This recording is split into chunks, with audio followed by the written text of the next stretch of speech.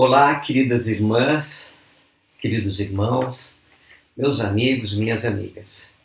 Estou feliz neste domingo de manhã de poder compartilhar com vocês algo sobre o Evangelho de Jesus Cristo. Hoje nós estamos estudando Doutrina e Convênios 106. E eu gostaria de agradecer a todos vocês que assistem essas mensagens, essas aulas online. Agradecer pelos comentários tão bondosos que tenho recebido e agradecer pelos likes que vocês dão, que ajuda o YouTube, no caso, a encaminhar para outras pessoas. Quanto mais likes tiver, mais ele vai fazer encaminhamentos. Isso é automático. E gostaria de agradecer a todos vocês que compartilham essas mensagens. Muito, muito obrigado. Bem, hoje nós estamos estudando Doutrina e Convênios 106. E essa é uma revelação dada através do profeta José Smith, uma revelação do Salvador Jesus Cristo, a Warren A. Cowdery, ou Warren A. Cowdery, que é irmão de Oliver Cowdery. Ele era o irmão mais velho de Oliver Cowdery. Eram 8 membros da família. Warren era dos filhos, né? Warren era o mais velho de todos, o primogênito, e Oliver o mais novo. O profeta Joseph Smith tinha ido para a região de Freedom, no estado de Nova York, numa missão, em preparação para o acampamento de Sião, e lá ele se hospedou na casa de Warren. Ele teve várias reuniões, pregou a muitas pessoas, e o próprio Warren e a sua esposa acabaram se batizando. Uma curiosidade, nos dados pessoais de Warren, certa vez ele escreveu que ele desejava 1000 vezes ter passado pela experiência que seu irmão Oliver Cowdery tinha passado. Oliver passou pela experiência de ver o Anjo Moroni, olhar as placas e tudo mais. Além de ser o escrevente do profeta, a maior parte do livro de Mormon. Muito bem. E nesta revelação, Warren tinha escrito a seu irmão, né, queria saber qual era o desejo, qual a vontade do Senhor para ele. Então o profeta José orou e recebeu essa revelação. Aqui são reveladas várias bênçãos. Ele é chamado para servir como sumo sacerdote e o presidente daquele ramo de Freedom. Freedom era uma aldeia, né, uma pequena região. E ali tinha na região circunvizinha tinha cerca de 70 membros. E era um ramo forte da igreja. Tornou-se. E ele teve a incumbência de presidir o ramo e de cuidar de toda a região ao redor. Eu queria que você pudesse imaginar você sabendo pelo próprio profeta algo sobre você, o que o Senhor desejava de você, e isso ser escrito, você recebe isso, mas isso também começa a ser parte de Doutrina e Convênios. E nos 200 anos e pouquinho que se passaram, que agora, né, 200 anos se passaram, o que acontece? As pessoas têm lido e relido essa sua experiência do Senhor revelar algo tão especial, dar instruções, dar uma designação, oferecer muitas bênçãos mediante a fidelidade, dar alguns alertas. E isso tem inspirado pessoas ao longo da história, nesses últimos quase 200 anos, tá bom? O que aconteceu com este irmão? 3 anos depois, essa revelação foi em 25 de novembro de 1834. Cerca de 3 anos depois, em 1837, ele se revoltou contra o profeta, se afastou e nunca mais retornou à atividade na igreja. Essa é a história. E eu gostaria que o cenário histórico, de junto com você, estudarmos e depois ponderarmos um pouco sobre o acontecido, tá bom? Vamos começar aqui. Deixa eu Vamos começar lendo no versículo 3, Doutrina e Convênios 106, 3. O Senhor, então, está falando e diz assim a Varney Calvary: e devote todo o seu tempo a este elevado e santo chamado que agora lhe dou, buscando zelosamente o reino do céu e sua justiça, e todas as coisas necessárias lhe serão acrescentadas, pois digno é o obreiro de seu salário. Então, só algumas coisas. Olha o que o Senhor fala para ele: devote o seu tempo todo. Por quê? Porque a região era um tanto grande, e para conseguir ir lá, praticamente ele quase não poderia trabalhar, mas o Senhor ia sustentá-lo. E ele diz assim, buscar zelosamente, com cuidado, com dedicação, o reino do céu e sua justiça. Muito bem. No 4. E quando eu estiver lendo aqui, irmãos, eu quero que você imagine se essa revelação fosse para você, porque se aplica a nós essas coisas. Tá bom? Olha o 4. E também é verdade vos digo, a vinda do Senhor aproxima-se e surpreenderá o mundo como um ladrão na noite. O Senhor sempre tem falado isso, vai surpreender o mundo, mas não aos santos, porque os santos têm sido ensinados que devem se preparar para esta vinda. E quando aqui, um ladrão à noite, né, não é que as pessoas vão estar dormindo, é que as pessoas vão estar adormecidas espiritualmente. Mas para os santos isso não se aplica, porque os profetas têm nos ensinado a nos prepararmos. No 5. Portanto, cingi vossos lombos, para que sejais os filhos da luz, e esse dia não vos surpreenderá como um ladrão. Cingir vossos lombos significa esteja preparado, se tornará um filho da luz. Já não estamos mais em trevas, pois recebemos o Evangelho do Salvador restaurado em nossos dias. E nosso Pai Celestial é fonte de toda luz. Jesus Cristo também, porque o Pai e o Filho são um, e nós temos a luz de Cristo em nossa vida, que entre tantas coisas nos dá entendimento, discernimento sobre certo e errado, sustém a vida, em nossa vida, do planeta, de todos os habitantes, de mundo sem fins. E aqui o Senhor está chamando de filhos da luz, ou seja, que não estamos mais em trevas. No 6, e também é verdade vos digo, houve alegria no céu quando meu servo Varney se curvou diante de meu cetro e se afastou das artimanhas dos homens. O que significa isso? Cetro é um símbolo de poder, né? E o que acontece? Varney, ele se batizou, então ele se humilhou, ele cedeu a sua vontade à vontade de Deus. Como nós, né? No 7. Portanto, abençoado é meu servo Varney, pois terei misericórdia dele. Olha que coisa extraordinária, irmãos. O Senhor está dizendo, olha, eu vou ter misericórdia de você, né? E depois continua, ainda no 7. E não obstante a vaidade de seu coração, elevá-lo-ei caso se humilhe perante mim. Embora o Senhor fala aqui que terá misericórdia dele, mas diz que no seu coração ainda tem vaidade. Mas que se ele se humilhar, será elevada. E no 8, para finalizar o capítulo, diz, e conceder-lhe-ei graça e confiança para sustentar-se.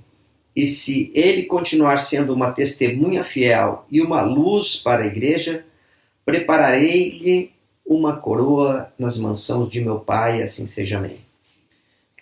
Que mensagem extraordinária, né? Está dizendo para ele continuar sendo fiel e uma luz. Continua sendo fiel a Deus. Continua sendo exemplo para teus irmãos, para poder refletir a luz de Cristo na vida de todos eles. Muito bem. O irmão Varney Calvary era um bom homem. Tanto ele era bom que ele aceitou o batismo, aceitou os chamados. Um ano depois ele foi para Kirtland, e em 1877 ele e outros irmãos se revoltaram contra o profeta, e no caso dele ele nunca mais retornou. Quando eu falava no começo desta mensagem. Imagina se o seu nome estivesse em Doutrina e Convênios e durante 2 séculos as pessoas lessem, se inspirassem com tantas promessas como nós vimos aqui, de ser chamado de filhos da luz. Imagina. Mas ele veio se afastar. Então, eu estava ponderando sobre isso e gostaria, né, de junto com você ponderar um pouco mais. E então eu fiz algumas perguntas para que possamos refletir, pensar e ver como se aplica a nós, tá bom? Então vamos lá. Que lições podemos aprender da vida de Warren A. Caldery? Porque ele, mesmo recebendo gloriosas revelações, não se manteve fiel. O que acontecerá com as bênçãos que o Senhor prometeu a ele? Como posso utilizar a experiência vivida por ele, Warren Caldery, para não cair nos mesmos erros?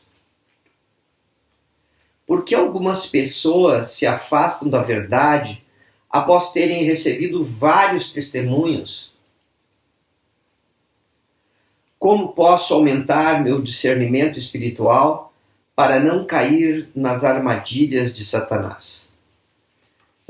Vamos continuar pensando um pouco mais. A Igreja de Jesus Cristo, dos Santos dos Últimos Dias, é a Igreja viva do Senhor. Existe revelação contínua através de apóstolos e profetas. Existem frequentes mudanças e continuará até a vinda do Salvador. Vivemos os dias da restauração de todas as coisas.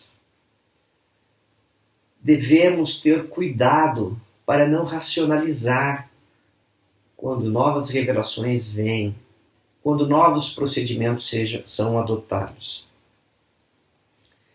O que posso fazer para não me revoltar contra as revelações contínuas do Senhor através de seus profetas e apóstolos? Como posso estar preparado para não me ficar racionalizando as revelações e me revoltar contra os líderes gerais e os líderes locais? Como faço para não me revoltar contra o presidente da estaca, o bispo, a presidente da Socorro, das moças da primária, enfim, contra os líderes locais onde eu vivo? O que você deseja para você e sua família? Qual tem sido o seu objetivo de vida? Qual será a sua atitude quando não compreender algo sobre a igreja no passado, agora e no futuro? O que você fará para não se rebelar? Como podemos fortalecer nosso testemunho pessoal da restauração? Como disse o irmão Warren A. Caldery, era um bom homem, recebeu revelação dos céus através do profeta de Deus, vivo, recebeu designações, foi chamado para edificar Sião. Mas no final de 3 anos ele se afastou totalmente. O fato é que ele se afastou e nunca mais retornou à atividade na igreja. O importante aqui não é por que ele se afastou e qual foi o fato em si. Como podemos utilizar a experiência dele nos nossos dias? Se, por exemplo, uma irmã gosta muito de uma determinada irmã e outra é chamada para presidir a Sociedade de Socorro. Ou se tem um irmão que era muito especial e você gostaria muito que ele pudesse servir como professor da escola dominical e é chamado uma outra pessoa no lugar, como você vai reagir na tua própria ala? Como você vai dar o exemplo para teus filhos? Por que você está e por que você é membro da Igreja de Jesus Cristo dos santos dos últimos dias. Qual o teu objetivo na vida?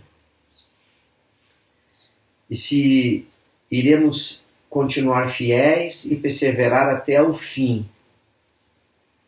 E isto, irmãos e irmãs, depende unicamente, exclusivamente de você. Essas são apenas algumas poucas perguntas para que possamos refletir e pensar. Hoje nós lemos aqui as revelações de Jesus Cristo ao irmão Warren A. Calvary, que se afastou. Mas esta não precisa ser a tua história. O que você fará para evitar os mesmos erros deste irmão? O que você fará? Como se preparará?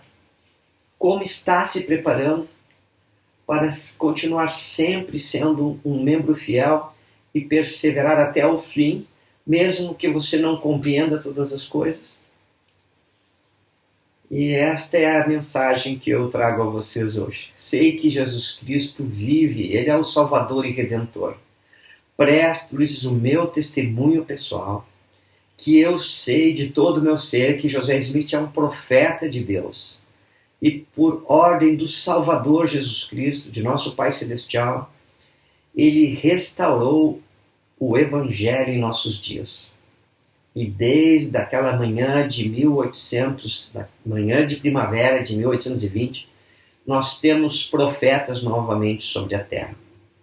Testifico-lhes que vários irmãos, ressurretos ou não, apareceram ao profeta Joseph Smith. E os profetas que viveram antes dele, que possuíam chaves, apareceram a ele e restauraram estas chaves em nossos dias. Testifica que o presidente Russell M. Nelson é o profeta do Senhor para nossos dias. E que a igreja possui apóstolos vivos, testemunhas especiais do Salvador, verdadeiras testemunhas que testificam de Jesus Cristo, que é a fonte de toda a salvação, que é a fonte da redenção, que é a fonte da luz em nossas vidas. Testifico-lhes, irmãos, que o livro de Mórmon é verdadeiro, que narra a história de profetas vivos que viveram nas Américas e escreveram sobre seus dias, preservaram princípios eternos em seus escritos. Testifico que Jesus Cristo, após sua ressurreição, apareceu a estes povos que aqui viviam e pregou o Evangelho a eles. Eu sei que hoje, irmãs, irmãos, vivemos dias maravilhosos, com profetas e apóstolos, com templos do Senhor, onde todas as ordenanças do Evangelho podem ser recebidas pelos santos fiéis. Convido a todos vocês para se prepararem para frequentar a casa do Senhor, sim, os templos, para fortalecer seu testemunho da verdade, fortalecer a tua visão da eternidade, ter uma perspectiva eterna e se preparar em todas as coisas para retornar à presença de nosso Pai Celestial e seu amado Filho Jesus Cristo. E eu deixo essa mensagem em nome de Jesus Cristo. Amém. Tchau, queridas irmãs, irmãos, jovens. As crianças, eu deixo um abraço do vovô Dé. Continuem firmes, obedeçam seus pais, suas mamães. Sejam felizes, todos vocês. Tchau, cuide-se bem. Um bom domingo, uma boa semana. Continua firme. Tchau.